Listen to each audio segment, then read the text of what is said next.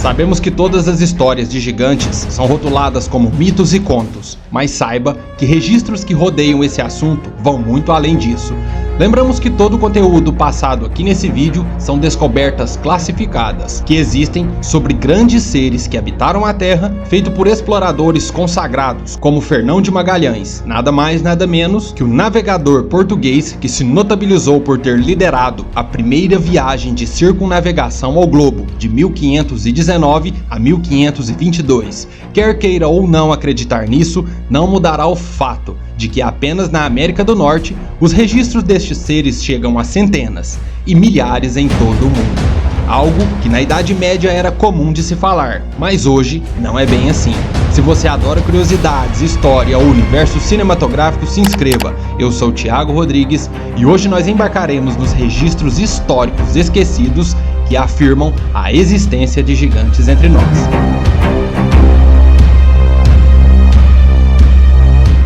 Durante 1500, quando os navegadores espanhóis Francis Drake e o capitão John Smith e muitas outras testemunhas relataram nativos surpreendentemente grandes, com o dobro do tamanho normal, em suas expedições pela América. O mais conhecido dos casos reais na era da exploração começou com a história do grande explorador português Fernão de Magalhães, entre 1519 e 1522. Magalhães embarcou em sua mais famosa viagem, uma ousada expedição para encontrar uma boa rota para as Ilhas Molucas, no leste das Índias, resultando na primeira circunnavegação do globo. Magalhães recebeu o comando de 5 navios, e um deles os tirou do caminho para a distante Patagônia, no sul da América do Sul, e foi lá que a expedição encontraria e registraria algo completamente desconcertante. No diário do cronista oficial de Magalhães dizia: "Quando saímos daquele lugar, finalmente chegamos em direção ao polo. Navios atracaram em um local seguro para o inverno. Passamos 2 meses naquele lugar, sem ver ninguém. Um dia, vimos um homem nu de estatura gigantesca na costa, dançando e cantando. O capitão enviou um dos nossos homens para realizar as mesmas ações como um sinal de paz. O homem levou o gigante até uma ilhota na presença do capitão. Quando o gigante estava em sua presença, ele se maravilhou muito e sinalizou com o dedo para cima, acreditando que tínhamos vindo do céu.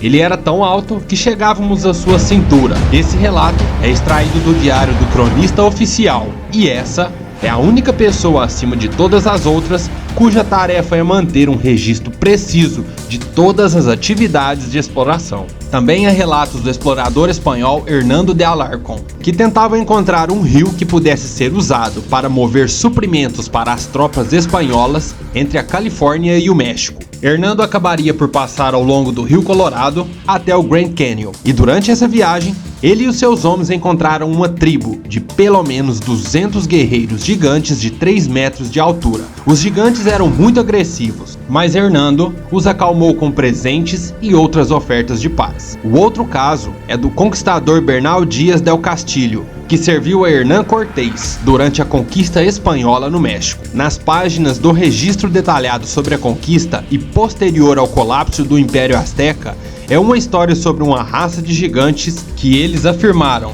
eles sempre habitaram aquela região. O conquistador Francisco Coronado também relatou ter encontrado tribos de gigantes durante sua busca do sudoeste em busca do lendário Eldorado. Hoje, nenhum único meio de comunicação menciona nada sobre os antigos gigantes ou descobertas do passado. Se um esqueleto gigante ou qualquer outra evidência relacionada for descoberta, ela provavelmente seria censurada, ridicularizada e escondida do público. O grande e respeitado jornal americano New York Times escreveu muitos artigos sobre essas descobertas. Os Ossos de um Gigante Encontrado, publicado em 5 de maio de 1882, que diz: um grande crânio de formação única foi descoberto entre as relíquias dos construtores de montes do Vale do Rio Vermelho. 1882, escrito pelo Globo de Ouro, fala sobre a descoberta de uma raça de gigantes na França moderna. Diz ele, no ano de 1990, alguns ossos humanos enormes, 2 vezes maiores do que os comuns, foram encontrados nos túmulos de Castanhal e desde então foram cuidadosamente examinados.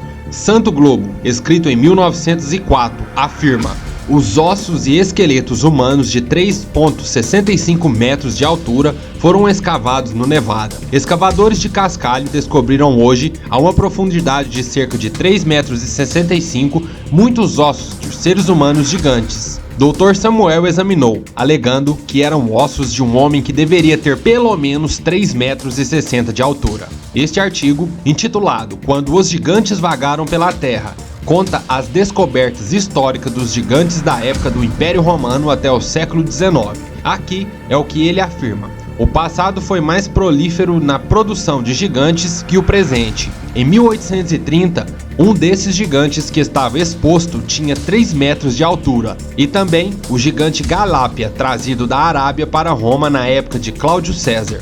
O Fanos, que vivia na época de Eugênio II, tinha 3,5 metros de altura. O cavaleiro Scrog, em sua viagem ao pico de Tenerife, encontrou uma caveira naquelas montanhas, a cabeça de um gigante que tinha 60 dentes. O gigante Faragos, morto por Orlando, sobrinho de Carlos Magno, que tinha 8,5 metros. Em 1814, perto de Saint-Germain, foi encontrado o túmulo do gigante Insolente, que não tinha menos de 9 metros de altura. Muitos dos esqueletos foram levados para instituições históricas. Eles desapareceram e ninguém mais falou sobre eles.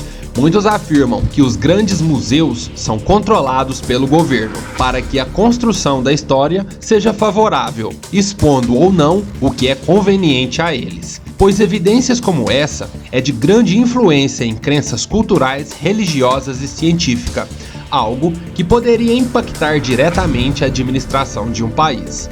A civilização suméria de 6.000 a.C.